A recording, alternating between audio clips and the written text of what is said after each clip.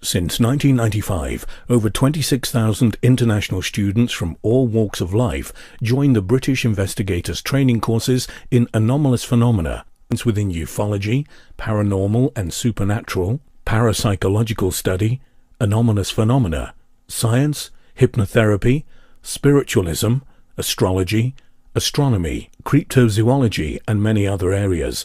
Our certified self-study courses will teach you how to assess, analyze, engage, formulate, document, and be cognizant of all types of phenomena, suitable for light workers and starseeds, curious personalities and inquisitive minds, skeptics alike and truth seekers. For more information, please visit www.stellaruniversity.com.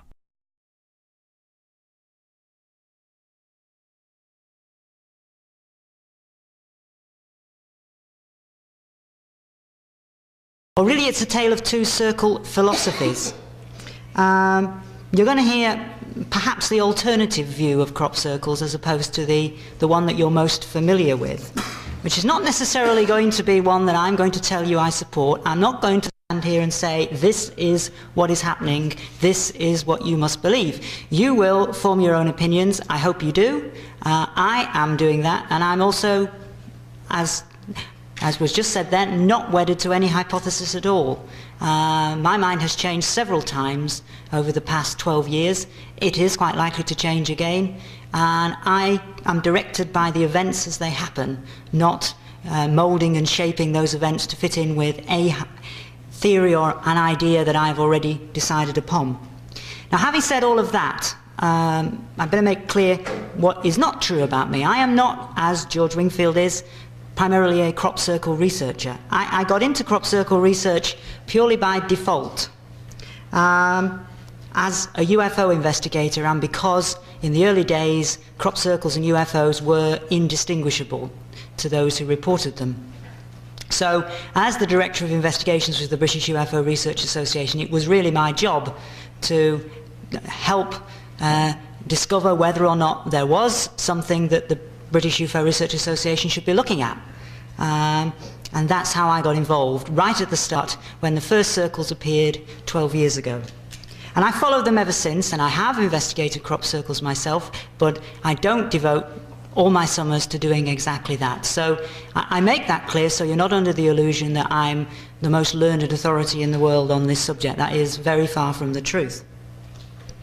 Also, I make clear that I'm not a debunker or a skeptic, even particularly by nature. I'm what you might call cautious about most things. My philosophy about both UFOs and crop circles and many other paranormal phenomena is that what we have are reports made by ordinary people who may have been in extraordinary circumstances. And our task is to try to make sense out of those. Now, the first thing that we should do is attempt to discover whether or not those phenomena can in some way be explained in terms of the science that we already know. I think that is the absolute duty of every investigator. And it's something that I certainly try and ingrain upon the team that I work with. In UFO terms, we find explanations for about 95% of all UFO sightings reported to us. And I tell my investigations team, if you start submitting cases where not significantly less than 9 out of 10 of them don't have answers like this was a whatever, then something's wrong with your methodology, because all the facts and figures suggest that you should be doing that. But of course that still means that 5% of the reports don't have explanations, and 5% of several hundred a year in Britain alone, thousands a year all over the world, tens, hundreds, millions maybe, all over the world over the past 50 years or so of the UFO phenomenon as we know it in its modern guise, is a significant number and does represent a problem, or possibly series of interrelated or perhaps even not interrelated, they may be quite separate problems that we need to solve. I also make clear, as you probably heard last night, of those of you who listened to the debate about Bentwaters, that I don't rule out at all from the UFO mystery the possibility that there is some kind of alien intervention going on. I don't say that I'm convinced it's happening. I personally don't think it's happening in the traditional sense of spaceships landing, aliens getting out and so on. What I see of the phenomenon is more complicated than that, and that is just simply how the evidence over the years has dictated it to me. But I certainly could not say, from what I've seen over the years, that it is impossible. I would even say it's not improbable that that's going on. But that is an extreme theory, and as you'll find with crop circles, extreme theories are the third stage that you go to. Once you've actually exhausted the... Thank you. Thank you. Once you've actually exhausted the rational scientific theories and they don't work for any particular case or any particular phenomenon, then you have to move on to the next stage, which is try and extend the boundaries of what is known. We are not at the ultimate limit of our knowledge about the universe. We are going to discover new things. 100 years ago there were many things that scientists didn't know that we do now know now, and that is going to be true 100 years from now. So it's folly to assume that things can't be going on around us now which won't ultimately have an explanation which will seem purely natural, rational, scientific, but which we can't yet quite grasp because it's beyond the present limits of our knowledge. So that is the second stage. See if we can make it fit in with what we know. And only then, that's my premise anyway, only then, if that fails and it looks as if we're dealing with something completely beyond those possibilities, do we start to seek explanations in terms of the completely unknown, the supernatural, if you like. Okay. Now, having said that, I'll make clear that I'm not averse to having to do that on some circumstances.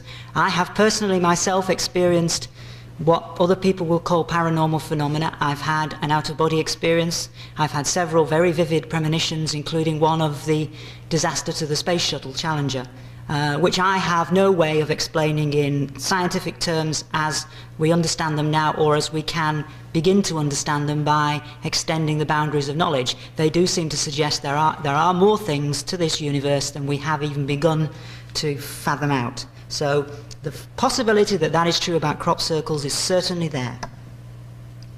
Right, now having got that out of the way, let's sort of backtrack in time and see the crop circle phenomenon as I followed it, as it came to my attention over these past 12 years. And maybe then you'll get an understanding as to why I've taken the development line that I have. In a way, that's given me an advantage, being there right from the start and following it all the way through, from a sort of outside position rather than directly in the heart of it, involved in one of the crop circle research groups.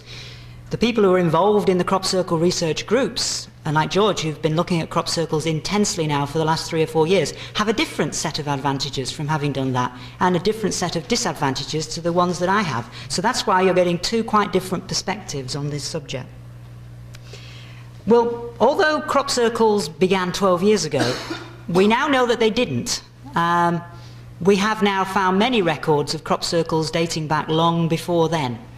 Records that are not just, as in some cases, dependent upon whether or not an old pamphlet written 300 years ago may or may not be describing a crop circle, but things which were actually investigated at the time in detail and were, beyond any reasonable shadow of a doubt, a crop circle. This is one of the earliest ones that I can absolutely vouch for. It's an incident that happened at a place called Evenlode in Gloucestershire in England, and the incident happened in the June of 1960, and it involves what appears to be a double ring formation similar to the ones we have now. I've spoken to the farmer concerned, I've spoken to other people who were out there and looked at this circle. We have very good grounds for believing that it was in fact filmed at the time. We have been making a quite extensive search for photographs of this particular formation. We haven't found them yet, but we have by no means lost hope that they will be found. It was certainly very extensively recorded at the time, the measurements were taken and so on and so forth. So it was, in every sense of the word, as to what we're seeing now, apparently the same sort of thing, which was a local mystery, appeared in a field in the middle of nowhere. At the time, no one really knew what it was. As you can see, the local newspaper decided it was associated with flying saucers, inevitably, and it was a sort of one-day wonder which was soon forgotten. But then, in 1980, in the summer of 1980, a little bit further south in the county of Wiltshire, circles started to appear in a field of oats that was owned by a farmer in the vicinity of Westbury. And he actually found several of these during the months of the summer and took very little notice of them early on. just thought they were some sort of anomaly, which he didn't know what they were, but he'd farm them and they'd go away. But when they had continued to appear, he decided that he'd better actually make a report of them and see if somebody could tell him what it was, because these things appearing regularly on his land were a bit of a nuisance. And that's exactly what he did. And as a result of it, a group of people, including people who were working with the British UFO Research Association in the area at the time, went there to have a look, take photographs, take samples, which were submitted to Bristol University for analysis for possible indications of radioactivity or any other changes to the composition, none of which on this occasion anyway were found, and so on and so forth. These are some of the photographs that were taken on that initial visit. This is the circle. We were not at that time, of course, in the techniques of having aerial photography. As you can see, it's a sort of typical single circle like many we're having now, with a somewhat irregular edge, but it apparently had been there for some time when he called us in and we were able to go and photograph it. But there were very few people who've been out there. You can see there's little sign of any track damage or getting into it, or any real sign of how anybody got in there in the first place. It looked like a genuine anomaly. It was also sort of unusual as well, in that it wasn't just a circle. If I can find this wonder of technology that you can point things with, which is lurking under here somewhere. Here we are. This looks exactly like those things that the aliens carry in abduction cases. So if I point it in your direction, watch out. On this far right-hand edge of the circle, you can perhaps make out like a little wedge. This is in fact not an artifact of the camera or shadow or anything. It is exactly what was there. There was in fact a kind of chunk cut out of the circle. It had the first indications in the very first circle that started the whole thing off of linear markings, which I think is possibly something that is not well known but is obviously significant. Okay, so where did we go from there? We were not instantly convinced that this was evidence of a spaceship having crashed. There was nobody who had ever seen anything in association with it. There were no reports of UFOs or things of that description in the area at the time.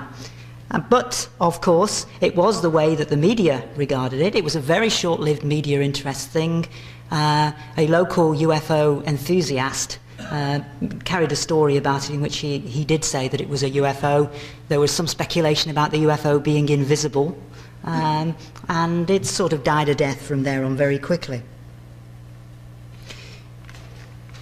From the start, there were really two theories as to what was going on that were popular within the public's mind. That's exemplified by this cartoon. For those of you who can't read it at the back, the statement at the bottom says, "Oi, get that thing out of here, I'm trying to make some corn circles." That's the farmer on his tractor telling the little green men to do that. And that was it, the stark choice right at the start. Either the crop circles are the result of ET landing, or the farmers who, for whatever reason, were doing it themselves. Now, this association between these marks and UFOs, which might seem a little odd because basically all it is a round hole in a field, there's nothing instantly to link it in with UFOs, has possibly a genesis as far back as 1966 in the Tully area of far north Queensland in Australia, where what were then called UFO nests were first noted. They appeared in a kind of swampland area called Horseshoe Lagoon.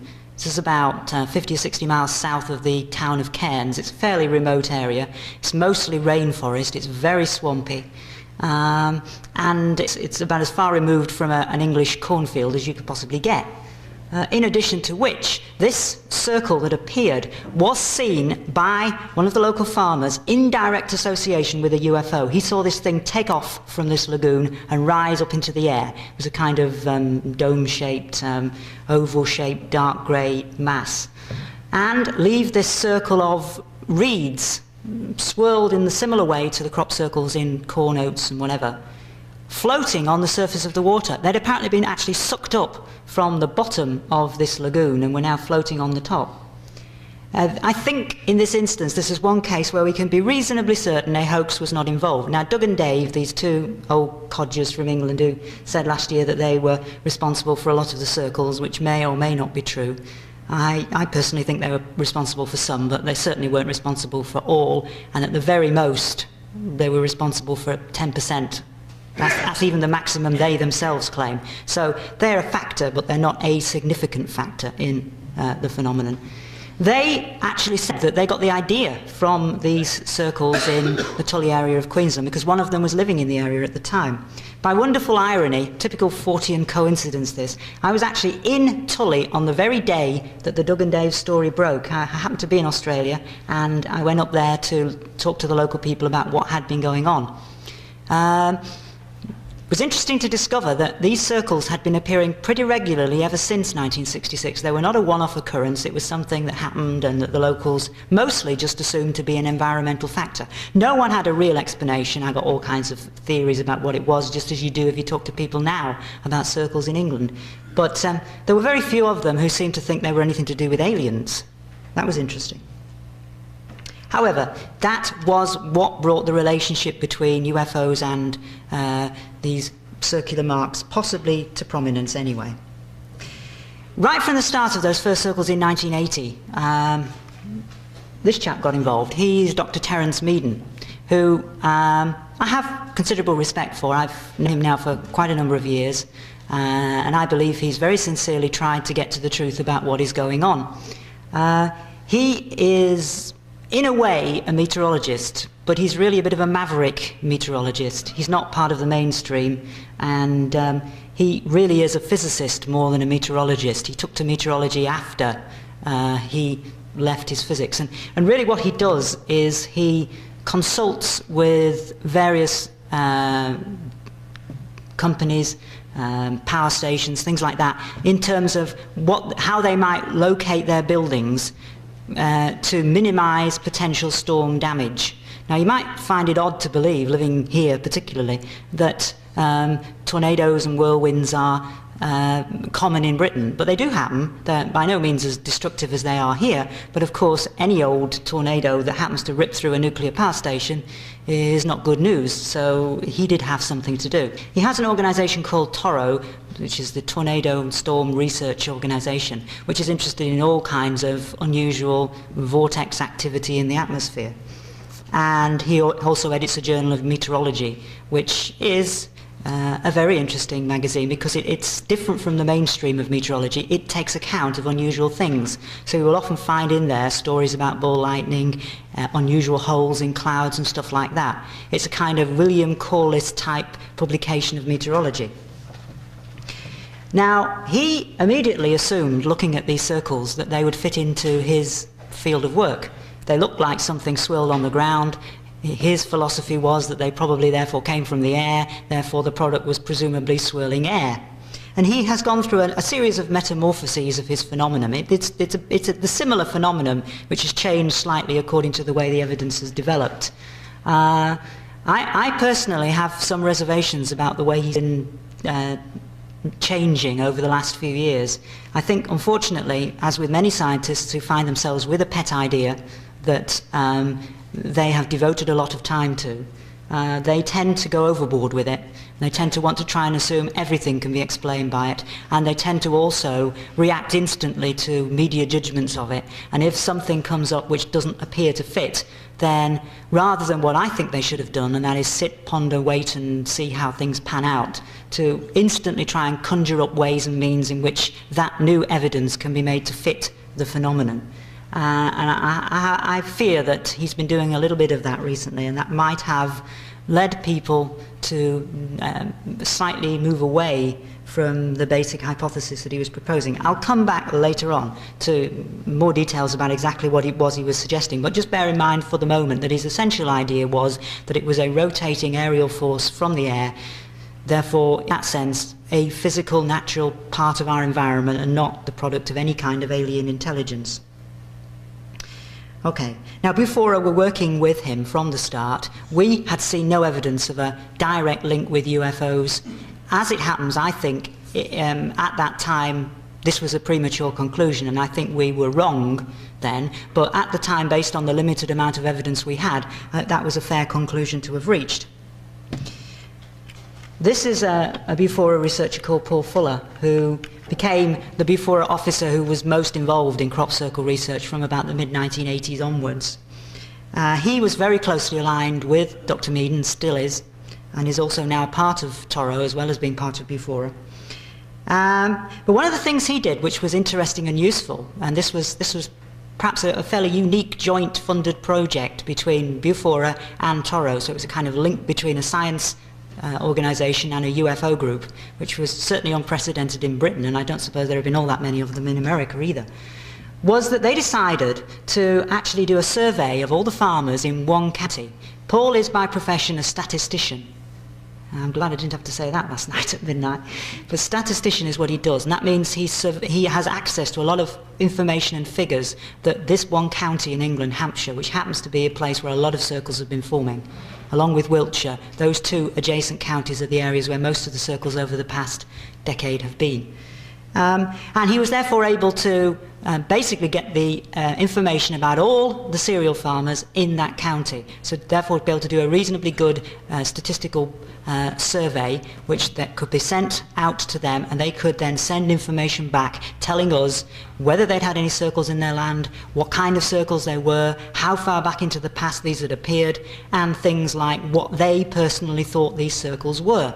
Now bear in mind, this was happening in a period when we had now had about 5 or 6 years of circles, and they'd been appearing fairly sporadically, but with a small increase every year. They'd been and began small with 3 or 4 every summer, and they'd moved up to maybe 30 or 40 by the mid to the late 80s. But they were nothing like the kind of situation we've faced over the last 3 years. There was no big media interest. There had been no books about crop circles at this point. This was, therefore, to a large extent, uncontaminated data, and it was one of the last opportunities we actually had to get that, because once the media discovered circles and the public discovered circles, then it changed beyond all recognition, because, of course, that it becomes a part of the phenomenon when it becomes a huge sociological thing. The results of his survey were pretty interesting.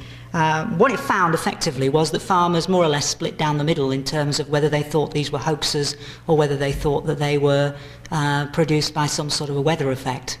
There were a couple of people who suggested that they were produced by some kind of intelligence, but that was pretty limited. And also, there were quite a number of circles that came forward which had not been reported before, including some types which hadn't been reported before as well. So we found new data from that, and we began to realise that farmers were not reporting circles all the time. Many of them had woken up to the fact already that it isn't the circle that does the damage, it's all the sightseers who go trampling all over their fields that do. The circle itself doesn't usually destroy the crop, it can still be harvested, so they don't lose any money. But if you have 5,000 people walking through your field, that does. So it was very quick for them to spot that fact, and therefore circle reporting has always been a problem, and you have to win the confidence of the farming community too. Okay, so essentially at that point we still had no reason to believe that the crop circle phenomenon was any big deal, but there were hints beginning to appear that the circles were getting a little bit out of hand in terms of the basic theory that Terence Meaden had, that this was effectively just some swirling air from the sky which was producing them. At this point, Bufora produced what was probably the first publication about crop circles, called Mystery of the Circles, which Paul Fuller and I edited in 1986, and which was surprising to us because we didn't realise how much interest there was in crop circles. We were just doing this as a sort of very much a side issue of Bufora research, but a lot of people were interested, they wanted to know. We actually had 2 debates in London in which we invited all the aspects of the crop circle community to come together. And it was probably the first and the last time when everybody did that. Terence Meaden, Colin Andrews, Pat Delgado, Busty Taylor, all the figures in the field who were around then in 1986 and 1987 came, gave their talks, presented their ideas, and we all debated it in a friendly way. And the media were invited, and about 2 turned up, because there was nobody interested in crop circles then. If that had have happened 2 or 3 years later, we wouldn't have had a room big enough to fit everybody in, and they'd probably also been strangling one another in the process, the way things eventually did begin to get out of hand. Okay, so we eventually updated that publication into this one, summarising Vufora's view of the crop circles circa about 1988, which, as you can see, was not taking them all that seriously. This was a publication which, again, we just produced as our own little thing in-house, no big deal, and we were astonished at the interest. This has actually sold more copies than anything Vufora has ever produced. It went through 8 reprints in about the first year. And that was just because suddenly, around the time when it appeared, the crop circle phenomenon took off, thanks to the fact that Colin Andrews and Pat Delgado published their book Circular Evidence the same summer. And instantly it became the in thing to do. It was the hot subject of the paranormal world. Okay, so the theory was working insofar as simple crop circles were concerned. At least we had relative confidence that it was. What they were saying was that it was just some rotating air from the sky, and if you've got a circle like this, you can begin to see ways and means why that might work. And yes, you have problems. You've got the linear edges, which look very sharply defined, as if a cookie cutter has come down from the sky. It's possibly hard to imagine how that can relate to the sort of usual trails of destruction you see from a tornado or a whirlwind. But Dr. Meaden and his colleagues had ideas, had answers, and had suggestions, and we were not meteorologists or physicists. We were UFO researchers, and they made sense to us. We were not really in a position to comment. And at that stage we were certainly prepared to accommodate what it was that he was having to say. But by this point, the mid-1980s to the late 1980s, things were certainly gradually changing. We were having not just formations like that, which do appear to be, from the air, swirled patterns in the ground, but we were having things with rings round them and straight lines coming out of them. Notice how that little spur, making it look like a spyglass or an eyeglass, goes right along the tram lines. Now the tram lines are those sort of parallel lines that you can see across there, which are what the farmers use to move up and down in their vehicles, so they don't sort of literally go all over the field throughout the summer and wreck the whole field. They can follow those tracks and limit the damage that they do to the crop. But it's also, of course, a perfect way of getting in and out of the field if you're of a mind to be mischievous and hoax circles. You could have argued that that was the perfect way to fake that straight line, that, you know, all you had to do was use the tram lines as guides and plough along it with whatever you were going to use to fake it. Terence Meaden argued that it was a sort of line of least resistance for the wind effect, and when it hit the ground and sort of splurged out sideways, it followed along the tram lines. You know, you could take either hypothesis as being valid. It certainly wasn't out of the question that what he was saying was valid. But things were gradually getting more and more complex. We had, even by as early as 1983, quintuplet formations, which is basically what this is. It's sort of one large central circle and 4 small satellites on the outside. This is one that appeared near Warminster, a place called Upton Scudamore. Not only have you got this sort of quintuplet formation, but you've also got rings round. You can only see one on that particular reproduction of the picture, but there are actually several rings round that formation. And also, if you look at the other parts of the field, you can find little circles scattered around in different spots outside the main formation. So it was a field which was sort of growing circles all the time, because they didn't all appear apparently at the same point. It seemed to be attracting circles. This was a fairly remote field. It was difficult to spot. You couldn't see any of this from the ground. The only way you could have discovered these circles was from the air. I went in there myself, and it took a long time to actually get into it. And you had to know where you were going. And of course you had to have the farmer's permission as well. Okay, now that's how things stood around about the time when circular evidence was produced. And when that was produced and the phenomenon suddenly went big in a big way, also the phenomenon changed markedly. It had definitely been gradually evolving. But there were ways and means in which you could accommodate that. You could argue, for example, that because you were slowly attracting more people to be interested in them, farmers were becoming more aware of what was going on. There were now occasional media stories about it, that inevitably you were going to discover more circles. Also, more people were looking from them from the air, which is the easiest place to find them. So inevitably that too was going to produce more examples of circles. So you could accommodate the increase in numbers from 3 or 4 to 30 or 40 or 50 or 60 over a period of a few years. But in 1989, in the wake of circular evidence, the phenomenon went haywire.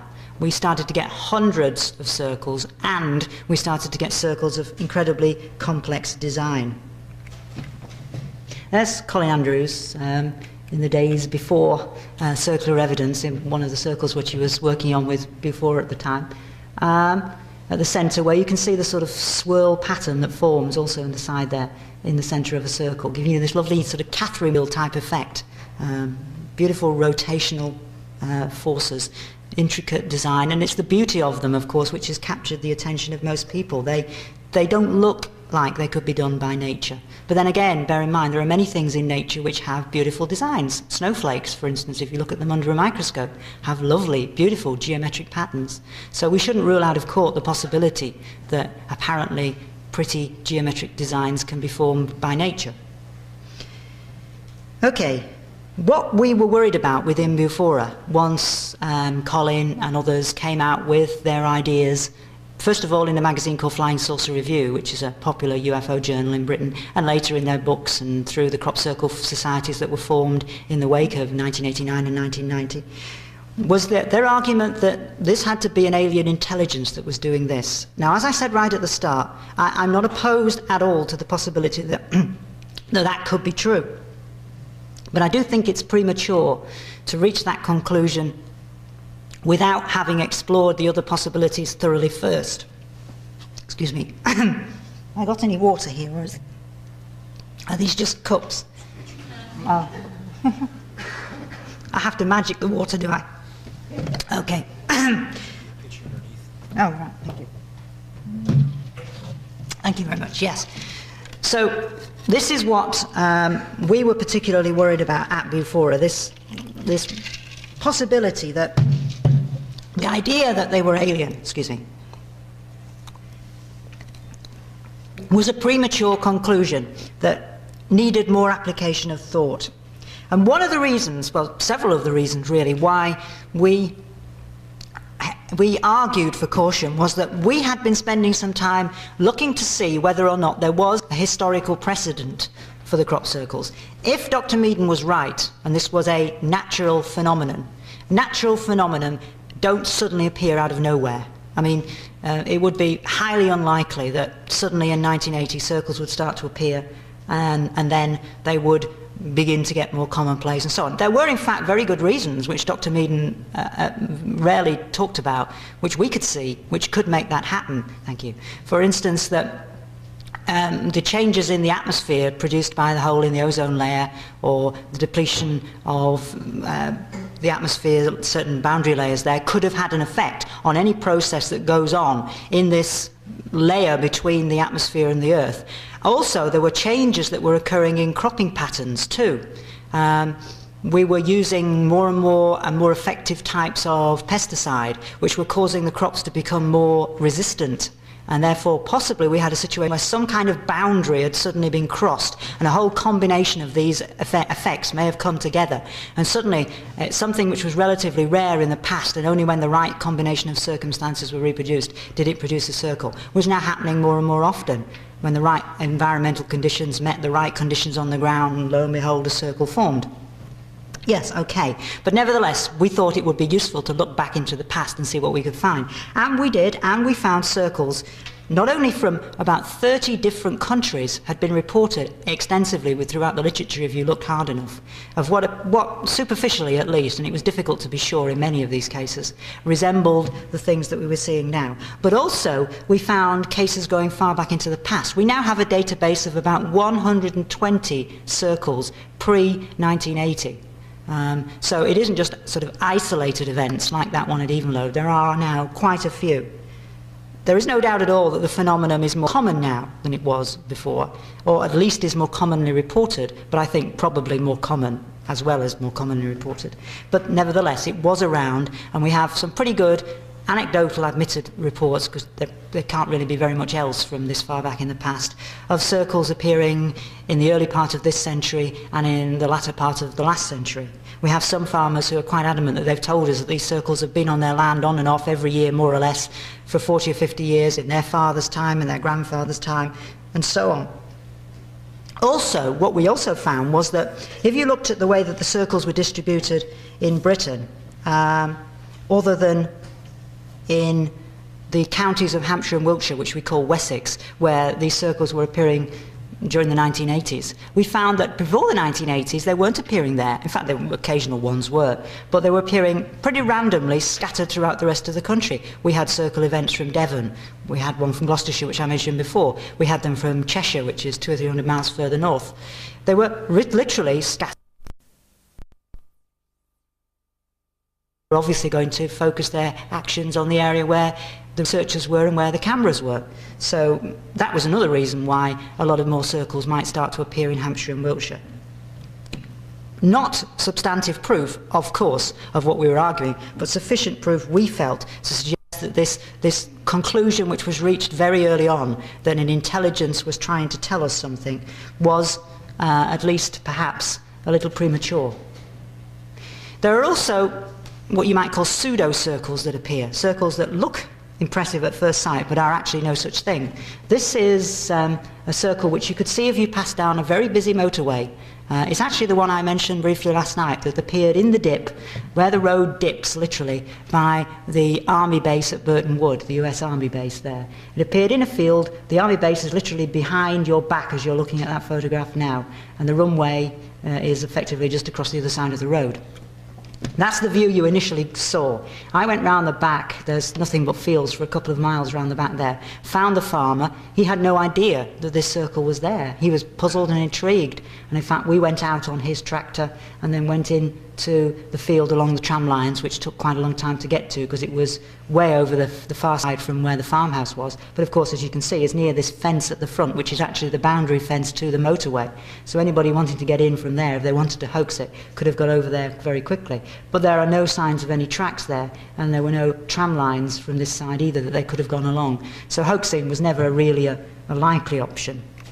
When you actually get closer in, you'll see that it superficially resembles a circle. I mean, it's got the same round shape, the sort of standing up edges. It's a bit of a mess, yes, but this was very early on. This was in May of 1990, and therefore the crop was very green, and that's a not untypical appearance for early summer circles. However, when you actually get right into the circle, you'll see it actually is not at all like a crop circle. It's very ragged around the edges. There is bits of crop growing in the middle, but a lot of it is just bare earth and denuded. And after consideration with the farmer, although he couldn't be sure, his belief was that this in fact was a product of overwatering of the ground. He'd had some problems with this side of the field. He had put a lot of water on. He'd noticed that there'd been some excess surface water in the area, not in this particular exact area, but in other parts of the field nearby. And that was his proposition as to what had gone on. Obviously, we can't prove it, but it's just to illustrate that there are ways and means in which pseudo-circles, or things that look like circles, may appear under other circumstances and may not necessarily relate to crop circles as we know them. That's true of things like fairy rings. We get an awful lot of people who report to us fairy rings as crop circles. They're no such thing. They're widely acknowledged to be produced by fungus and mould growing in the ground, which just causes literally a ring of slightly darkened grass. They usually appear in grass rather than crop fields. And they can be recognised. And there are lots of things like that which can produce effects which may fool people at first glance. It's a bit like UFOs. There are misperceptions as well as genuine UFOs. I think there are less misperceptions of crop circles than there are of UFOs. The majority of what we're seeing are genuine circles, whatever genuine circles are. But we do have to watch out for these options as well. Another early idea as to what was producing crop circles was that helicopters were doing it. I remember in one case in the Midlands of England, the farmer told me quite categorically that he knows what had done the circle because he saw a helicopter producing a circle in an adjacent field the summer before. Unfortunately, whatever he says he saw, as far as we can ascertain, that's impossible. There's a sort of picture from a TV stunt where they tried to reproduce a circle at our suggestion in a field. It's since been duplicated by another television programme with a different type of helicopter and a different type of crop, and on both occasions all you get is a mess. The down blast produces that. Someone did suggest to us, who flies helicopters, that they probably could do it if they could fly the helicopter upside down, but they weren't prepared to try. More interestingly than that, Lieutenant Colonel Edgecombe was actually asked by the Ministry of Defence in the mid-1980s to prepare a report for them on whether or not helicopters were producing crop circles. His job was to actually assess claims from farmers for damage to their fields by the many helicopters that fly in and around the many military establishments in the areas around Hampshire and Wiltshire where these circles were appearing. So he did his job, and he very quickly established that that was impossible. He kindly gave us a copy of his report, which we published in Mystery of the Circles, and it basically said, we don't know what these things are, but they're definitely not anything down to us. So we could rule out helicopters, even though you still hear that argument trotted out from time to time. But it was not so simple to get rid of hoaxing. Hoaxing has definitely been a problem from the very earliest days. Doug and Dave not taken into account at all. The very first hoax we know of for certain happened in July of 1983, when the then most complex formation, a quintuplet, that one big ring with 5 around the outside edge, was actually faked in under an hour by a group of people who were paid to do so by one national newspaper in Britain, who was peeved at another national newspaper having got all the publicity that summer. So they decided to fake this circle, let them present it as real, and then expose them and say, you silly fools. Unfortunately, that newspaper had lost all interest in UFOs by this time, because it was not the big subject then that it is now, and they just never ever even bothered to report the circle. So the existence of the hoax sat unidentified for quite a long time, and unfortunately a couple of quite well-known crop circle researchers around then did make public statements to the effect that they thought this formation was real. We were able to get the newspaper to publicly admit the fake, and also some of the people who were involved in creating it for them a couple of years later, so we do know it was a definite hoax. So again, you had right from the start this worry at the back of your mind as to whether it was as easy as it seemed to tell the difference between real circles and fake circles. This is another attempt to hoax a circle. Not a bad one, it's a fairly small circle. They did this in a few minutes, and there's quite a few of them, as you can see, by basically rolling around on the floor. You can do it. You can do it by putting a pole in the centre, having a piece of rope, and moving that stealthily in a circle, and flattening the crop gently. Others have become a bit more sophisticated. We've had techniques where people have actually used big polystyrene foam blocks so that they act a bit like snowshoes, and they spread the load. Therefore you don't get the downward crushing pressure that you would get from human feet, just as you do with these huge wide snowshoes. It spreads the load over a large area, and it has less damage effect on the crop, but it still produces this nice squashy, gentle, flattened pattern. So hoaxing is feasible, but of course it's feasible when you're dealing with a few hoaxers of relatively small scale and with not a lot of people snooping around. Hoaxing on a grand scale gets more and more difficult when you've got lots of circles of very complex designs appearing in an area where there are hundreds of people and lots of cameras and monitors and goodness knows what watching at the same time. So I am not for one moment attempting to suggest to you that hoaxing is the explanation to the crop circle phenomenon, only giving you these warnings that hoaxing has been going on for at least 10 years and therefore is clearly a factor in the equation, which I think we've underestimated in the past, which is why I'm therefore not surprised about Doug and Day's revelations, not unprepared to accept that they have produced even 100 circles like they claim they may have done. It's not outside the bounds of possibility at all, in my view. Of course, the problem got immensely more complicated still when the media got involved in a big way in 1989, because things like this started to happen. We'll pay you £10,000, that's about $17,000, if you can solve the crop circle mystery. And a few people thought, wow, if I can show I can fake a circle that will fool people, I'll have solved the mystery and I'd be $17,000 richer. About 3 of these competitions were actually started up by rival establishments. So for a time, certainly during 1989 and into 1990, it was pretty lucrative for those who might have had at the back of their minds the idea of hoaxing. So it's quite conceivable that a number of long-term hoax experiments were started around that time by goodness knows who, for goodness knows whatever motivations, who thought they could come up with something clever and try and win the money. So remember, bear that in mind. In fact, I've just actually closed down a competition. I was one of the judges for one of these £10,000 competitions, and over the past couple of years they've sent me hundreds and hundreds of letters of entries from people who have one theory or another that they have proposed to try and explain what's going on. And quite a few of those were my hoax technique, including some quite avant-garde hoax techniques. You know, I can do it with a garden roller or a mower. Well, that's all that's necessary. Unfortunately, that's one of the worst methods to use. It doesn't work. It produces a mess usually. But if you're careful enough, you can try. Someone else who suggested that he actually walked into the field in the middle of the night, where it's usually pitch dark and there are no lights, remember, on stilts, to produce these circles. Well, I for one certainly like to see him do that. As far as I know, he hasn't given a demonstration. Maybe he's not got out of hospital yet. Let's look at an anatomy, if you like, of a hoax. A typical hoax, if you look hard enough, does give you clues. You can see patterns like this at the exact swirl centre where there's a bare hole.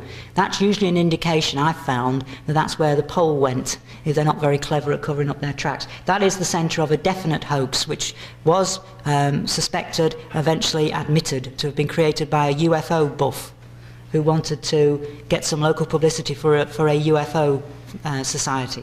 That's as far as I'll say on there, otherwise I'll probably get sued. But he has admitted that privately, but not publicly. That is, in fact, what took place in this incident. This is, you can't see it very well, but this is, in fact, a very interesting case. This is a ring which formed at a place called Lower Pever in Cheshire. It's actually spelt P over, but you can perhaps tell why, therefore, the local people call it Pever. They found this ring there, that's the ring, in the field, in a sort of little slight bold depression. These lines here are the tram lines going through the field. Now, that's all you see from the outside. This is actually not far at all from Jodrell Bank, the big radio telescope place. And in fact, if you actually stand on that tree there, about halfway up, and look in this direction, you can actually see the Jodrell Bank huge dish. So anybody who might have been thinking of hoaxing put this in a pretty ideal place. Now, the gate into the field is here at this corner, and the tram lines start here. When I got there very early on, fortunately, before this became a big media fuss, it was actually presented as the first crop circle in Cheshire, which is totally untrue. At that point, we already had a database of about 20 circles in Cheshire. But no matter, that's what the media wanted to promote it as. They wanted to make a big deal, that's fair enough. This is actually the summer before last when this happened. Everybody was saying it cannot be a hoax because there were no tracks from the gate to the first tram line. It was virgin soil, virgin crop, no footprints, no evidence, and it was too far for them to jump. I suppose the guy on his stilts might have found a way of doing it, I don't know, but effectively that seemed to rule things out. The circle itself, the ring rather, was not very good. It was pretty much a mess, as you can see, ragged and not exactly at all indicative of the kind of real things we get. But nevertheless, it was still thought to be genuine by a lot of people. On the very night that I took those photographs, 2 UFO investigators appeared on television pronouncing it as genuine, and evidence that an alien invasion which had formerly centred on Hampshire and Wiltshire was now heading north, and that they were gradually mapping out the country. I wasn't quaking in my boots at that point because I'd already made up my mind about this particular case, but nevertheless it does show you again this fairly endemic rush to judgment about cases. This is from the ring looking back the other way, and this is what people actually didn't do, and what I would urge people who are investigating crop circles to spend a bit more time doing, and that is think about the less obvious ways in which hoaxers might have got in. If you follow the tram lines directly from the ring all the way back across the field to the other side, you actually come to a public footpath where there is masses of damage, where people have gone through hedges and milled around on a grass verge there, because there's no way of saying that that wasn't just people walking down the footpath, but there's also no way of saying that it wasn't the way that the hoaxers got in. The point I'm making is that by not seeing any damage in the obvious route down at this bottom corner of the field, not even thinking that there was another way of getting to the circle, a jump to conclusions was made, and it's dangerous to do that. This is the centre of the ring, where in fact the pole that was used, I believe, to demark the circle. I say believe here because this is a suspected hoax. No one has come forward to admit they did it. And you can see the sort of hole in the ground, which was quite effectively covered up, in fact. This is something else I recommend investigators to do. There was in fact a sort of covering of loose sods of earth placed over the hole, which had been removed. Probably, I couldn't find where they'd been removed from, and they'd probably been removed from somewhere else further away in the field and carefully deposited over the hole to hide the telltale evidence. So that's another thing to watch out for. So in other words, if you're careful enough, you can sometimes find evidence to explain in more mundane terms things which at first glance look to be more significant than they are. Of course, in this instance, we have direct proof at last that the aliens did do it. There is an alien in the ring, which I confronted the minute I got there. I thought, this is it, wonderful. This is going to be on the newspapers all over the world tomorrow. I have final proof that the aliens have created rings. They obviously abducted these people who were not very happy about the fact that I was wandering along the tram line into their ring. In fact, what this turned out to be, as you'll see here, is our wonderful British media and their highly objective presentation of the UFO phenomenon and their idea of what a serious presentation means. They had dressed up this guy in a suit and had him literally running around the ring, waving his arms up and down in the air. And then they took him along to a local university where they interviewed two professors, asking them what they thought it was. And in the midst of this, they brought this alien in and said some derogatory things and then walked out with the cameras, leaving these two poor professors stood there looking rather startled and wondering why they'd been set up. This is unfortunately typical of the kind of way the media play, not only on the crop circle phenomenon, but on the UFO phenomenon too. They cannot treat it in a serious way. They have to make a joke about it. Now, although in the personal investigations that I've carried out in mostly in northern England, which involves about 24 circles. My own figures suggest that approximately 2/3 of them, as high as that, are probably hoaxed. Now that's a lot higher than the figures you're getting from people down in Hampshire and Wiltshire. I personally suspect it's because they're not looking hard enough for hoaxes. There are mitigating circumstances. I'm lucky in the sense that where I live, I cover an area of a few counties. Circles are not appearing every other day. You know, I'm lucky if there's 3 or 4 a summer in the area where I live. So I have plenty of time to do this kind of thing. Whereas if you're down Hampshire and Wiltshire, there's sometimes at the height of the summer circles appearing several times a day, and certainly particularly at weekends, because they do seem to have a fondness for appearing at weekends too. That's another little clue. There's lots and lots of them. So obviously, you know, it is very difficult to do intensive investigations of every single circle. Accepted. But even on my figures of 2/3 of the circles being hoaxed, that still leaves 1/3 that aren't. 1/3 of the ones that I've personally seen that I'm satisfied are probably not the product of any kind of human action at all. So I'm certainly not suggesting that the crop circle phenomenon is explained away as hoaxes. That one is, I think. In fact, we've had a couple of messages like that that have been presented. There was one a few years ago, which is quite well known, where the aliens are supposedly spelt out in a field, "We are not alone." What always baffled me about this was why those who took it seriously never figured out the semantic problems of that. If the aliens were writing this message, why didn't they say, "You are not alone"? Maybe this is direct evidence of the hybrid experiments, of course. I only just thought of that. The Mandelbrot that was talked about before, now I can't prove to you that that was a hoax, but I do have to say a couple of mitigating things about it, and that is that shortly before that Mandelbrot formation appeared, there was in fact a letter in New Scientist magazine suggesting that a Mandelbrot formation would appear. Now, maybe the aliens saw that and took note, or maybe somebody else did. It wasn't far away from Cambridge University, and Arthur C. Clarke has told both me and, as I found out a few days ago when I talked to him, John McNeish independently, that's the producer of Crop Circle Communique, and apparently to his satisfaction, so he told me, that he knew who at Cambridge University had actually hoaxed that formation. So I would recommend caution, at least in that sense. And it is another indication of what looks at first glance to be evidence of an intelligence doesn't necessarily mean an intelligence from up there. There is an argument, I'm not sure it's proven yet, that there is actually intelligence on Earth, in which case that's something you have to take into account. But that's a hoax circle there on the bottom right. There's the sort of classic hole that I've found in quite a number of them that indicate a hoax. Up at the top left there, that isn't. That's one of the cases I've investigated which I'm personally, at this point in time, prepared to be convinced otherwise, but so far haven't been, is genuine. It's a simple single circle in a field of winter wheat, formed late in the summer before last in 1990, in Cheshire, a place called Preston Brook. And it was, to me, very impressive indeed for a whole host of reasons. The swirl pattern in the centre was quite remarkable. It had this beautiful, intricate layering design to it, which I had not seen before in any of the circles I've actually studied, but I gather a couple of other researchers have found in a couple of other circles. And it is also in a very remarkable area. It's an area which is absolutely rife with paranormal phenomena. It's one of John Keel's window areas, beyond any shadow of a doubt. I've done quite a lot of research into the background of this location, and even I was surprised at the number of things I found in and around this location. For instance, there are literally oodles of car stop cases in the area, cars that have suddenly stopped for no reason. We have several instances of time lapses. People have lost periods of time. In none of them have they been subjected to regression hypnosis. Who knows what would have happened if they had, but they are sort of indications of possible pre-abduction situations anyway.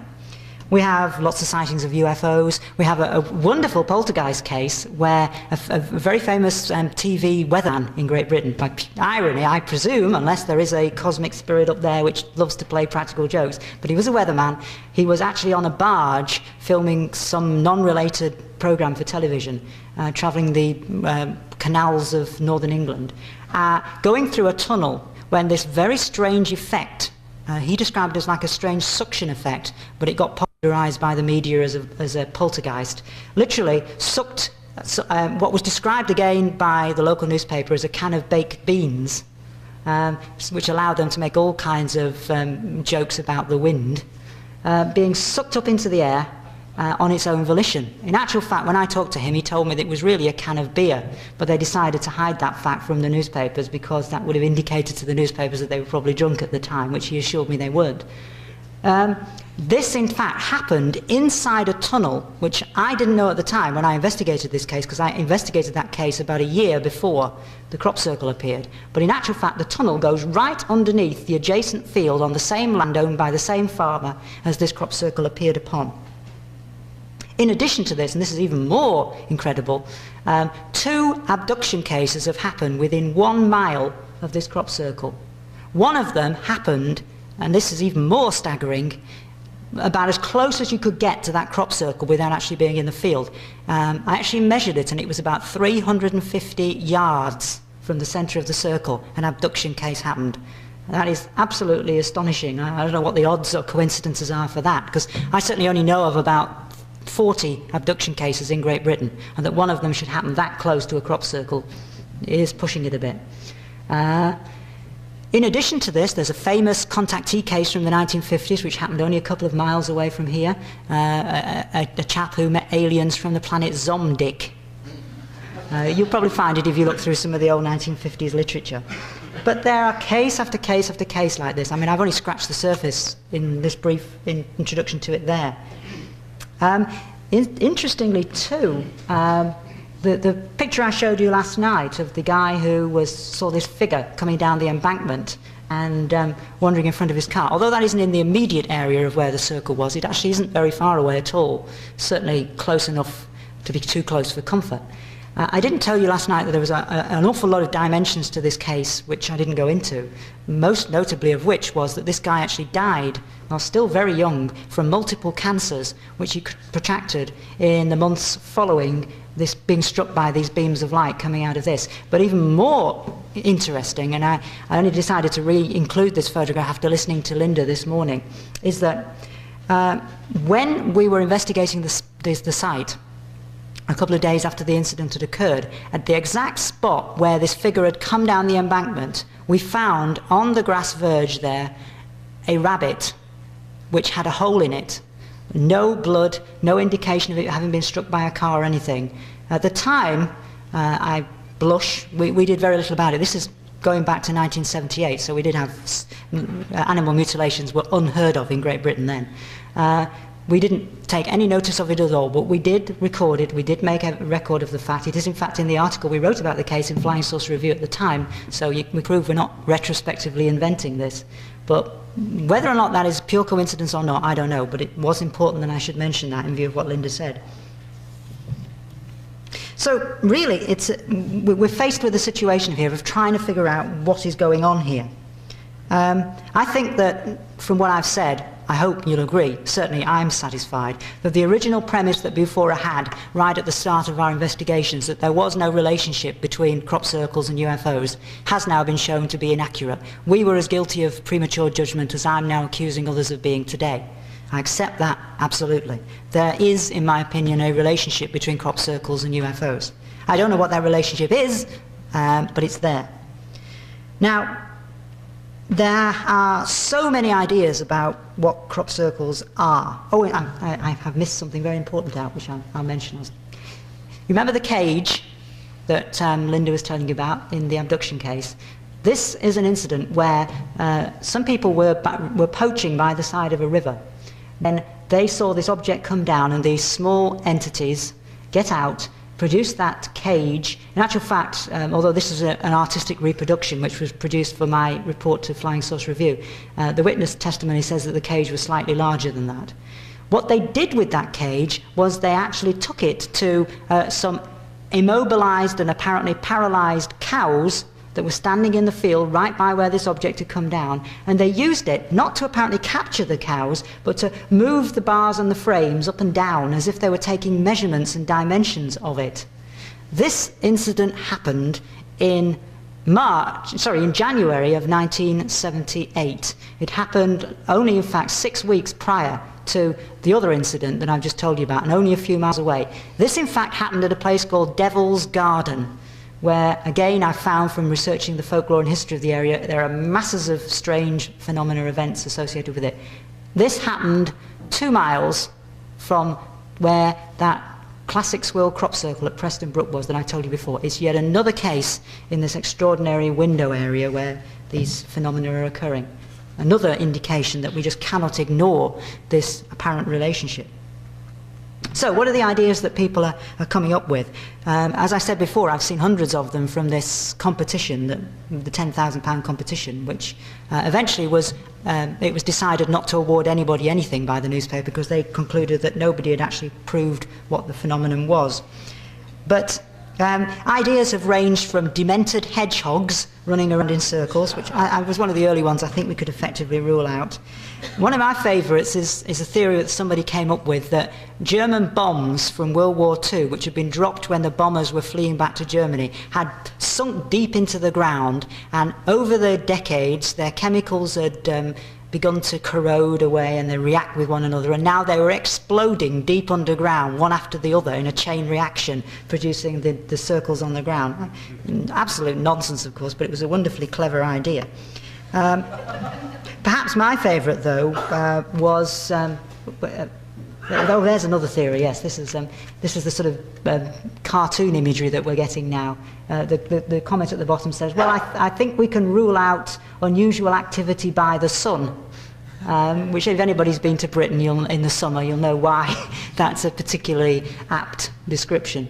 But I think my favourite theory that someone came up with was that these sort of little marks and images that are beginning to appear in fields are the result of aircraft toilets.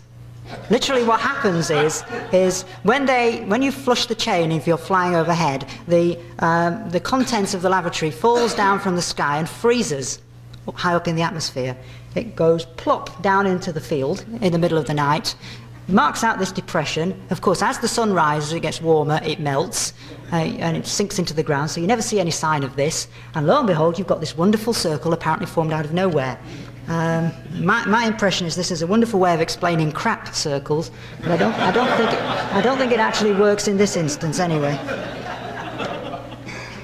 as you can see, by 1989 and 1990, when the publicity had begun and everybody was now looking for circles, we were starting to get these very strange geometric shapes and designs, quite different from what we were getting prior to 1989. That is obviously significant. You can't divorce it from the fact that the change in sociology as caused by the massive publicity and the massive amount of people out there looking, and obviously the amount of people who were trying to win the money or who were trying to hoax things for different motivations, had some effect on what was going on.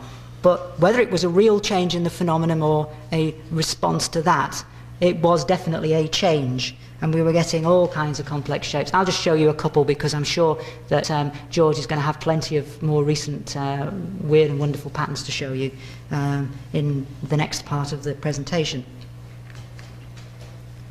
You know, the famous pictograms, so-called, or agroglyphs or something. I think they've reinvented a name for them recently, which I'm quite prepared to go on record and state absolutely, in my opinion, are not the product of any kind of meteorological force.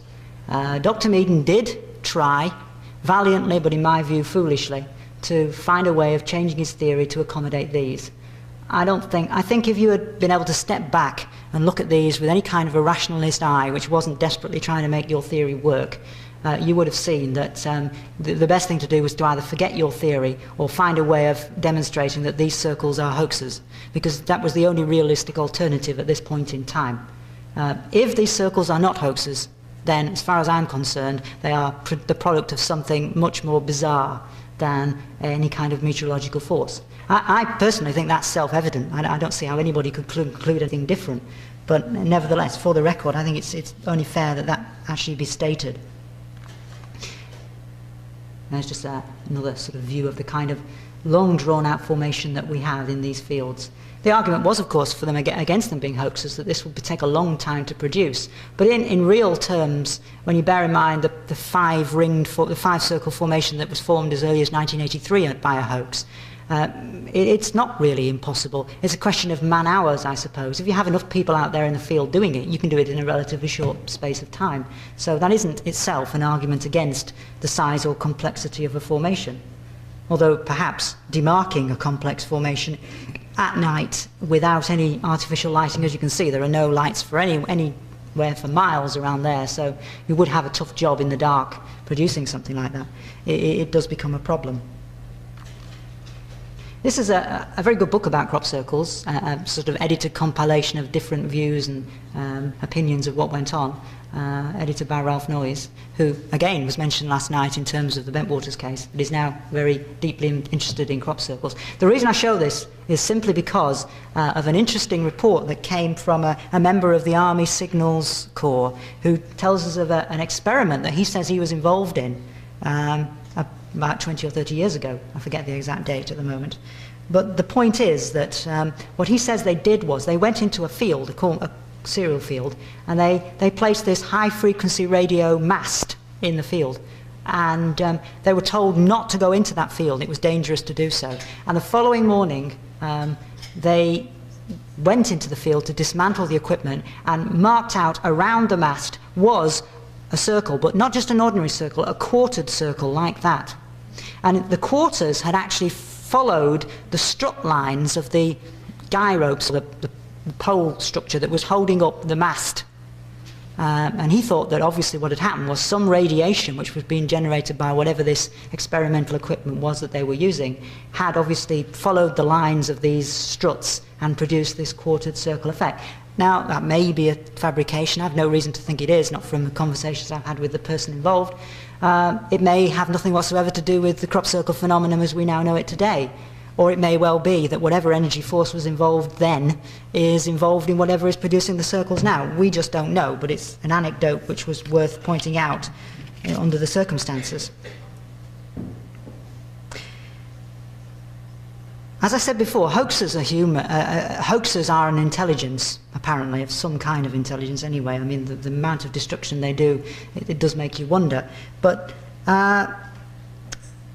you do have to remember the possibility, always, that they could somehow be responsible. And we've had all kinds of different groups of people doing this, not just Doug and Dave, two old artists who sort of decided to make a name for themselves by playing a little game, they claim, with the crop circle researchers and Dr. Meaden, and initially with the UFO groups. This is what they say. This is how it all started off. But we've also had quite a number of people who've been caught and arrested for hoaxing circles. That's something to bear in mind. Usually they're young children or teenagers. But there have been quite a number of instances of young farmers. That's a sort of social club for farmers who usually enjoy a lot of boozing, and afterwards, maybe a little bit worse for wear, go out into a field and produce results. There have been some which have been attributed to them. Skeptics groups, like your PsyCop, have got in on the act too, decided to make circles to try and catch out serious researchers. Pub landlords, a couple of instances we have fairly reasonable grounds for believing, have had something to do with the fact that circles magically appear quite near their pubs on a regular basis, with considerable increase in their takings. A couple of agricultural colleges have had a battle with one another. This happened last summer, where they basically had a competition to see who could fake the most imaginative circle, and a number of last year's circles were the result of that. Students at universities in a number of instances too. So there are now a whole group of people from different reasons and different motivations who are involved in this hoaxing game. So this is always a factor, and it's an increasingly serious factor which we have to remember. That said, I personally believe that there is something more than hoaxing going on. I have to say that you can, at times, perhaps, reach conclusions which are not valid. Take this, for instance. I mean, it's difficult. I'm just trying to think of the right way to show you this, where it works. This looks like a beautifully complex Celtic cross type formation with the cross and the handle. I've heard it described to me as that on a couple of occasions. Whereas if you actually look at it, what you've really got is one of two things. You've either got a quintuplet formation, that's the main central circle and the four spaced around it, and this one circle which just happens to be on its own. Or you've got someone who was trying to produce, by hoax methods, a sort of Celtic cross type formation and got slightly out in their calculations. Because if you follow the straight line through these circles, you'll see it doesn't go through the other one. It is not a straight line at all. That one is slightly out of place. So the eye tends to deceive itself at times. We look for patterns in phenomena that aren't there. I'm not suggesting that every single example of so-called Celtic cross formations isn't a Celtic cross, but I am showing you the dangers of assuming that a pattern is a pattern, and that a pattern that is a pattern has to therefore have some kind of exotic explanation. Terence Meaden's theory, I'll go back to it now and tell you a little bit more about what he thought, works well when you're dealing with single circles like this. Now, prior to the summer of 1989, in fact, I think probably prior to the summer of 1990, because there were very few of these complex formations even in the summer of 1989. Prior to the summer of 1990, approximately 90 to 95% of all crop circles were like this. They were simple, single circles. They were not the fantastic patterns you've seen dominating all the pictures and images and so on. Now, that has to be taken into account. You can't just ignore the fact that for 10 of the 12 years of our knowledge of crop circles, this is what we were getting, not the things that you're seeing now. Obviously, something has changed, but it's changed relatively recently. More than that, what we've also got is, if we look at the evidence of the circles pre-1980, none of them are complex formations. They are all pretty simple ones. Something else you might not realise, but there are actually about 30 instances of eyewitnesses who've seen crop circles form before their very eyes. They've stood in a field when it's happened. In all those instances, as far as I can tell, I don't know of any where this isn't true, the formations that they've seen appear are usually single circles or maybe a couple of circles in a field. They are not complex formations like the pictograms and agroliths. No one, as far as I know, has seen one of those form.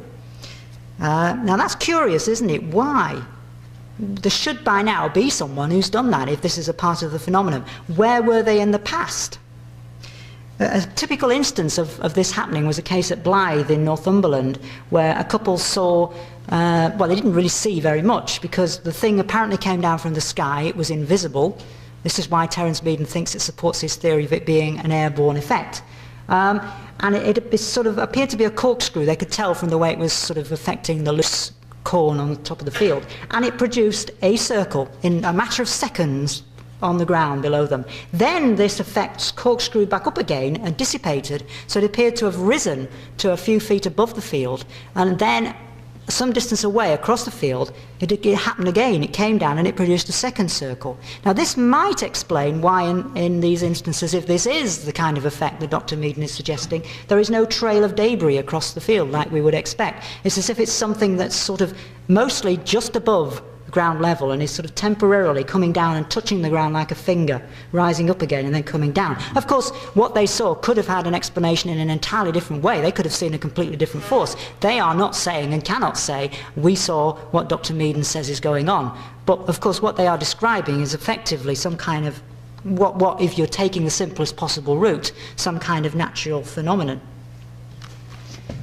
Dr. Meaden produced a book called Circle Effect and Its Mysteries, in which he laid out his theory of what was going on, and where he brought into it new complications, where he was now suggesting that as this rotating force was very strong, it was actually charging the air and producing a kind of ionization effect around it, which could cause it to glow sometimes and be seen as strange lights in the sky, and could of course also produce residual electrical field effects, maybe magnetic effects, microwave effects, things like that on the ground down below. So he was trying to bring in some of these anomalous findings that were being discovered elsewhere. He is not a loner. He does have support from quite a lot of people. Paul Fuller and I have actually found about 30 or 40 meteorologists and physicists from some prestigious establishments. There are several in universities in this country. There are quite a few in Japan. There are 2 leading physicists from Japan who do endorse his work, are prepared to cooperate with it, are in fact running research projects of their own. So there is a growing groundswell of support amongst meteorologists and physicists, although it is by no means overwhelming, and there are obviously people who don't agree with his ideas. This is a book which he also produced, which is a compilation of papers that were presented at a conference in Oxford in 1990, which scientists from 3 continents came together to give their papers on latest research into the field, again showing you that there is scientific research going on into this aspect now. Basically, he's arguing that we do have rotational effects in nature. If you look at a view of a hurricane cloud from space and compare it with the kind of Catherine wheel effect of a crop circle from above, you can see they're not dissimilar. And you can get an impression as to why it is conceivable to see the link between the 2 effects. And you can see, therefore, why some scientists would be driven towards looking for that explanation as a possible way in to solve this phenomenon. And when you look at the way in which the crop seems to be splayed out in some of the circles, again, it gives you the impression of a kind of downblast of air. That's the best way of if you were to come up with a snap judgment of what caused that, this sort of fan effect, that's probably what most of you would rationally conclude, if there was some way of doing it, would be the most likely explanation for producing an effect like that. Whirlwinds can work in fields. This is a whirlwind travelling across unfortunately an already harvested field in August of 1976, and it didn't leave a crop circle. If it had stood still, it might have done in other circumstances, but of course it didn't, and most whirlwinds do travel. Whirlwinds of that description, which usually appear during the day in hot, stable weather conditions, can, under some circumstances, if you can find a way of maybe backing them up into a standstill, which is what Terence Meaden's original idea was. He conceived of them being backed up in the slopes of a hill by the various layers of air, and therefore temporarily brought to a standstill, and they sort of used up their force as they were forced to sort of basically push down into there's the 2 layers of air that meet on the hill slope. They're forced to a standstill, and they expend their energy by moving downwards and producing the circle and then dying over a very short period of time, just a couple of seconds possibly. That was his working theory. He abandoned that somewhat and went on to this more complex idea of what he called a plasma vortex, which is on the same sort of lines, but it was different in the sense that he was using that to try and explain why most of the circles appeared to be forming during the night. Now, what's interesting is that if you look at the eyewitness evidence of crop circles actually forming, the vast majority of them actually fit his early idea, this fair weather stationary whirlwind, not the plasma vortex. Virtually all of the eyewitness accounts seem to relate to daytime observations of crop circles forming by what does appear to be one of these fair weather stationary whirlwinds.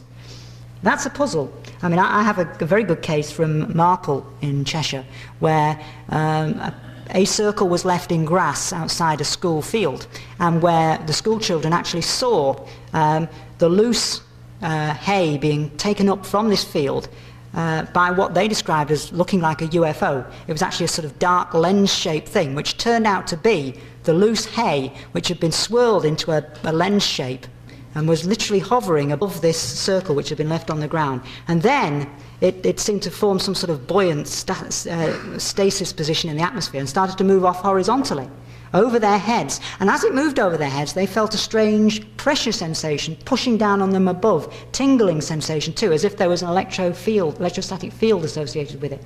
As this got over the distance, maybe another quarter of a mile, half mile away, it seemed to lose energy, and this hay began to fall down from the sky and deposited itself over a whole area of street and a slope of a hill. This was on a slope of a hill, just like Dr. Meaden proposed it should be. But none of these eyewitness accounts are fitting his more recent modified and complex version, which he's developed in as an attempt to try to explain the more complex formations. There is some degree of evidence to support that there is a meteorological link. These are two studies that have been carried out by meteorologists trying to verify Meaden's theory, which shows that there is a bit of a relationship beginning to appear between crop circle formations and their proximity to hill slopes, which is what he says should happen, but certainly on his original theory particularly, and what the least superficially the evidence may seem to suggest. And in Japan, they've actually been trying to duplicate this by producing his rotating air with an electrical field associated with it in the laboratory. And they are producing these kind of finger of electrical fire effects, which they fire down. And they do exactly what those witnesses at Blythe suggested that it might do. They sort of hover in the air for a time, and then occasionally they'll just point down and jab down into the ground, and will produce, because he's actually produced them on tin foil and on dust and other effects in the laboratory, resemblances of crop circles. They're not exactly the same by any stretch of the imagination. But there have been a number of attempts. There are now serious scientific attempts to try and get this theory to be verified in objective ways. And the electrical field association with circles also does exist within the UFO literature. Here we have a case from Florida, as long ago as 40 years ago, a famous case where an object appeared above the witness. There was a flattened circle on the ground. We can't say whether it was the same thing as a crop circle because no photographs exist of it, but there was a very strong electrical field associated with this. It burnt holes from the sparks which emerged from this thing through the hat that the scoutmaster was wearing, and it also did very unusual things to the grass samples, as you can see down below. It actually seemed to fry them by cooking the roots black, but the part that was above the surface, the tops of the plants, were not affected at all, as you can see from those pictures. So it's not dissimilar sort of effects to the ones we're seeing now. And again, direct evidence linking the UFO phenomenon in its old disguise with the crop circles of today. Since I've probably run over time, and obviously we'll want to have opportunity for George to have his say, I think I'll probably not show any more of my slides, but just to sort of conclude, sort of putting my thoughts together on this, what I will say is that I've not been attempting to tell you what is going on. All I've been attempting to do is show you the way in which the phenomenon has pieced itself together as I've seen it over the past 12 years or so. There are lots of little clues that we're all bringing out, and which obviously all form part of our search for an explanation of what is going on. I certainly don't close my mind to any of those. I urge you not to do the same. We all have to look at ways and means in which we could find the answer. I think that it really rests probably on the question of these complex formations, for me at the moment. I don't know whether it will turn out that all of those complex formations that have appeared over the last couple of years will be hoaxes. If they are hoaxes and what we're actually left with is a base phenomenon of just these more simpler patterns, then it seems reasonable still that there could be some kind of a meteorological explanation. Maybe not exactly what Terence Meaden is saying, maybe more akin to his early ideas, maybe there's some way that we can find a new methodology within those lines which could fit in. But I think that we probably have to look towards a natural phenomenon to account for this phenomenon which has been around for a long time and has more or less stayed the same and appears all over the world and can be seen by witnesses forming circles. But, and that's the big but and the crucial but, if these complex formations turn out not to be hoaxed, and if it's demonstrated that they are clearly exactly the same as the other circles, and that there are, if it is ever verified that there are considerable changes within the crop structure, and I'm personally, as of yet, not satisfied that that's the case, despite what Linda said before about those radionuclide results.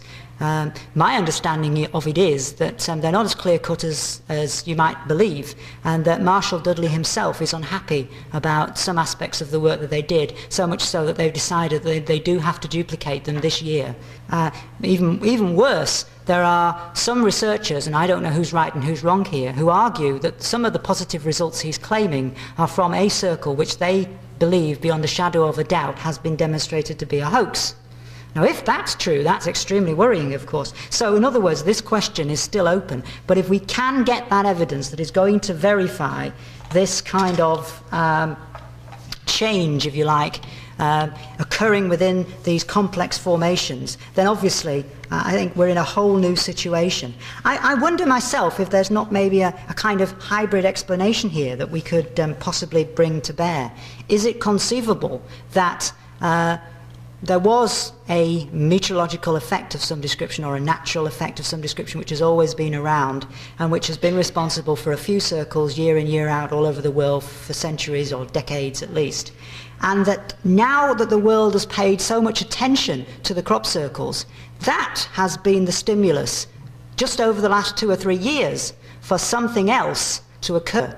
Now, whether that something else is a result of our attention, whether it's some sort of awakening of almost like universal consciousness of ourselves, in other words, we ourselves are the intelligence that's responsible for the circles, or whether someone somewhere else has seen our piqued interest in this phenomenon, which was actually no big deal, but they've said, aha, now what can we do with that interest? How can we use it to good advantage? I don't know. That is literally no more than a thought or an idea that might work as a way of explaining the problems that we face. I do know that the events of the recent past have made me, at least personally, think that it's more, not less likely, that there is more to this phenomenon than hoaxing and some kind of a meteorological effect. But I think I will show you this. I wasn't going to show you this, but I'll skip through a couple of photographs I was going to show you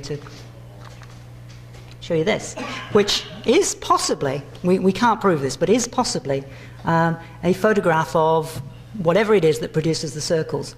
This is a strange, white, vortex-shaped phenomenon in daylight, which was seen by a witness and photographed, as you can see, over Cumbria in England in July 1977. He says it was rotating.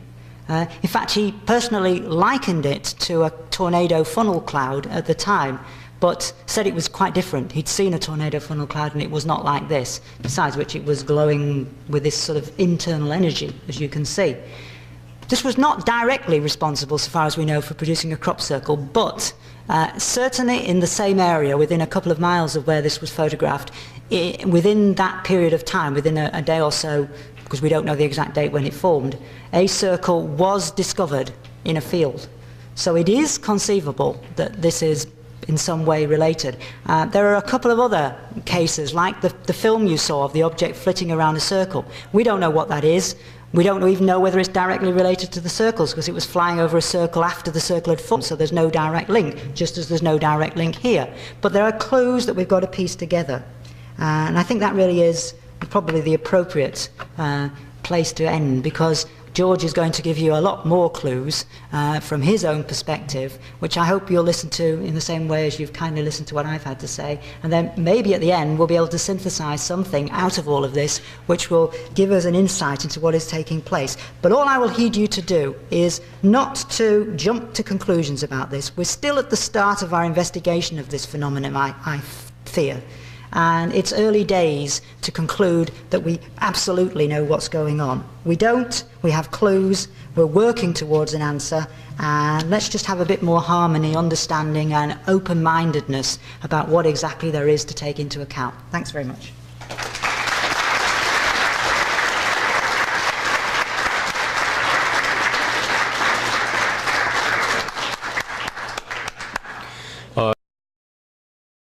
UFOs, which might seem a little odd because basically all it is a round hole in a field. There's nothing instantly to link it in with UFOs. Has possibly a genesis as far back as 1966 in the Tully area of far north Queensland in Australia, where what were then called UFO nests were first noted. They appeared in a kind of swampland area called Horseshoe Lagoon. This is about 50 or 60 miles south of the town of Cairns. It's a fairly remote area.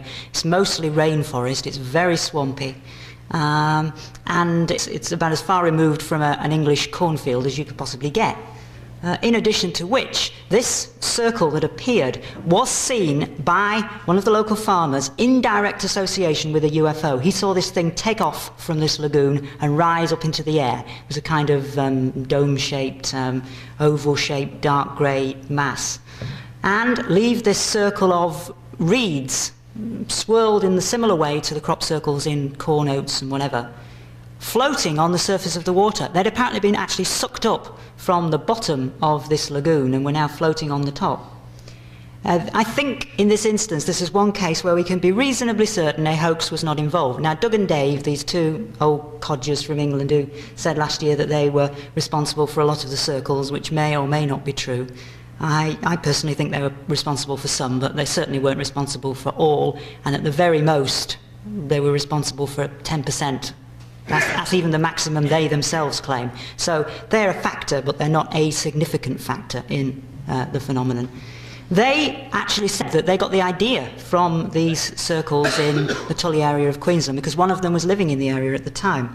By wonderful irony, typical Fortean coincidence this, I was actually in Tully on the very day that the Doug and Dave story broke. I happened to be in Australia and I went up there to talk to the local people about what had been going on. It was interesting to discover that these circles had been appearing pretty regularly ever since 1966. They were not a one-off occurrence. It was something that happened and that the locals mostly just assumed to be an environmental factor. No one had a real explanation. I got all kinds of theories about what it was, just as you do if you talk to people now about circles in England. But there were very few of them who seemed to think they were anything to do with aliens. That was interesting. However, that was what brought the relationship between UFOs and these circular marks possibly to prominence anyway. Right from the start of those first circles in 1980, this chap got involved. He's Dr. Terence Meaden, who I have considerable respect for. I've known him now for quite a number of years, and I believe he's very sincerely tried to get to the truth about what is going on. He is, in a way, a meteorologist, but he's really a bit of a maverick meteorologist. He's not part of the mainstream, and he really is a physicist more than a meteorologist. He took to meteorology after he left his physics. And really what he does is he consults with various companies, power stations. Since 1995, over 26,000 international students from all walks of life joined the British investigators' training courses in anomalous phenomena within ufology, paranormal and supernatural, parapsychological study, anomalous phenomena, science, hypnotherapy, spiritualism, astrology, astronomy, cryptozoology and many other areas. Our certified self-study courses will teach you how to assess, analyze, engage, formulate, document and be cognizant of all types of phenomena, suitable for light workers and starseeds, curious personalities and inquisitive minds, skeptics alike and truth seekers. For more information, please visit www.stellaruniversity.com.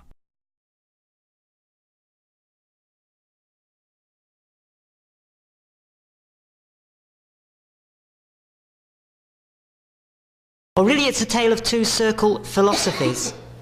You're going to hear perhaps the alternative view of crop circles as opposed to the one that you're most familiar with, which is not necessarily going to be one that I'm going to tell you I support. I'm not going to stand here and say, this is what is happening, this is what you must believe. You will form your own opinions. I hope you do. I am doing that, and I'm also, as was just said then, not wedded to any hypothesis at all. My mind has changed several times over the past 12 years. It is quite likely to change again, and I am directed by the events as they happen, not moulding and shaping those events to fit in with a theory or an idea that I've already decided upon. Now, having said all of that, I better make clear what is not true about me. I am not, as George Wingfield is, primarily a crop circle researcher. I got into crop circle research purely by default. As a UFO investigator, and because in the early days crop circles and UFOs were indistinguishable to those who reported them. So, as the Director of Investigations with the British UFO Research Association, it was really my job to help discover whether or not there was something that the British UFO Research Association should be looking at. And that's how I got involved, right at the start, when the first circles appeared 12 years ago. And I followed them ever since, and I have investigated crop circles myself, but I don't devote all my summers to doing exactly that. So I make that clear so you're not under the illusion that I'm the most learned authority in the world on this subject. That is very far from the truth. Also, I make clear that I'm not a debunker or a skeptic, even particularly by nature. I'm what you might call cautious about most things. My philosophy about both UFOs and crop circles and many other paranormal phenomena is that what we have are reports made by ordinary people who may have been in extraordinary circumstances. And our task is to try to make sense out of those. Now, the first thing that we should do is attempt to discover whether or not vivid premonitions, including one of the disaster to the Space Shuttle Challenger, which I have no way of explaining in scientific terms as we understand them now, or as we can begin to understand them by extending the boundaries of knowledge. They do seem to suggest there are more things to this universe than we have even begun to fathom out. So the possibility that that is true about crop circles is certainly there. Right, now having got that out of the way, let's sort of backtrack in time and see the crop circle phenomenon as I followed it, as it came to my attention over these past 12 years. And maybe then you'll get an understanding as to why I've taken the development line that I have. In a way, that's given me an advantage, being there right from the start and following it all the way through, from a sort of outside position rather than directly in the heart of it, involved in one of the crop circle research groups. The people who are involved in the crop circle research groups, and like George, who've been looking at crop circles intensely now for the last 3 or 4 years, have a different set of advantages from having done that, and a different set of disadvantages to the ones that I have. So that's why you're getting two quite different perspectives on this subject. Well, although crop circles began 12 years ago, we now know that they didn't. We have now found many records of crop circles dating back long before then. Records that are not just, as in some cases, dependent upon whether or not an old pamphlet written 300 years ago may or may not be describing a crop circle, but things which were actually investigated at the time in detail and were, beyond any reasonable shadow of a doubt, a crop circle. This is one of the earliest ones that I can absolutely vouch for. It's an incident that happened at a place called Evenlode in Gloucestershire in England. The incident happened in the June of 1960, and it involves what appears to be a double ring formation similar to the ones we have now. I've spoken to the farmer concerned, I've spoken to other people who were out there and looked at this circle. We have very good grounds for believing that it was in fact filmed at the time. We have been making a quite extensive search for photographs of this particular formation. We haven't found them yet, but we have by no means lost hope that they will be found. It was certainly very extensively recorded at the time, the measurements were taken and so on and so forth. So it was, in every sense of the word, as to what we're seeing now, apparently the same sort of thing, which was a local mystery, appeared in a field in the middle of nowhere. At the time, no one really knew what it was. As you can see, the local newspaper decided it was associated with flying saucers, inevitably, and it was a sort of one-day wonder which was soon forgotten. But then, in 1980, in the summer of 1980, a little bit further south in the county of Wiltshire, circles started to appear in a field of oats that was owned by a farmer in the vicinity of Westbury. And he actually found several of these during the months of the summer and took very little notice of them early on. Just thought they were some sort of anomaly, which he didn't know what they were, but he'd farm them and they'd go away. But when they had continued to appear, he decided that he'd better actually make a report of that. Those phenomena can in some way be explained in terms of the science that we already know. I think that is the absolute duty of every investigator. And it's something that I certainly try and ingrain upon the team that I work with. In UFO terms, we find explanations for about 95% of all UFO sightings reported to us. And I tell my investigations team, if you start submitting cases where not significantly less than 9 out of 10 of them don't have answers like this was a whatever, then something's wrong with your methodology, because all the facts and figures suggest that you should be doing that. But of course that still means that 5% of the reports don't have explanations, and 5% of several hundred a year in Britain alone, thousands a year all over the world, tens, hundreds, millions maybe, all over the world over the past 50 years or so of the UFO phenomenon as we've known it in its modern guise, is a significant number and does represent a problem, or possibly series of interrelated, or perhaps even not interrelated, they may be quite separate problems that we need to solve. I also make clear, as you probably heard last night, of those of you who listened to the debate about Bentwaters, that I don't rule out at all from the UFO mystery the possibility that there is some kind of alien intervention going on. I don't say that I'm convinced it's happening. I personally don't think it's happening in the traditional sense of spaceships landing, aliens getting out and so on. What I see of the phenomenon is more complicated than that. And that is just simply how the evidence over the years has dictated it to me. But I certainly could not say, from what I've seen over the years, that it is impossible. I would even say it's not improbable that that's going on. But that is an extreme theory. And as you'll find with crop circles, extreme theories are the third stage that you go to. Once you've actually exhausted the... Thank you. Very interrupting. Thank you. Once you've actually exhausted the rational scientific theories and they don't work for any particular case or any particular phenomenon, then you have to move on to the next stage, which is try and extend the boundaries of what is known. We are not at the ultimate limit of our knowledge about the universe. We are going to discover new things. 100 years ago there were many things that scientists didn't know that we do now know now, and that is going to be true 100 years from now. So it's folly to assume that things can't be going on around us now which won't ultimately have an explanation which will seem purely natural, rational, scientific, but which we can't yet quite grasp because it's beyond the present limits of our knowledge. So that is the second stage. See if we can make it fit in with what we know. And only then, that's my premise anyway, only then, if that fails and it looks as if we're dealing with something completely beyond those possibilities, do we start to seek explanations in terms of the completely unknown, the supernatural, if you like. Okay. Now, having said that, I'll make clear that I'm not averse to having to do that on some circumstances. I have personally myself experienced what other people will call paranormal phenomena. I've had an out-of-body experience. I've had several very them, and see if somebody could tell him what it was, because these things appearing regularly on his land were a bit of a nuisance. And that's exactly what he did. And as a result of it, a group of people, including people who were working with the British UFO Research Association in the area at the time, went there to have a look, take photographs, take samples, which were submitted to Bristol University for analysis for possible indications of radioactivity or any other changes to the composition, none of which on this occasion anyway were found, and so on and so forth.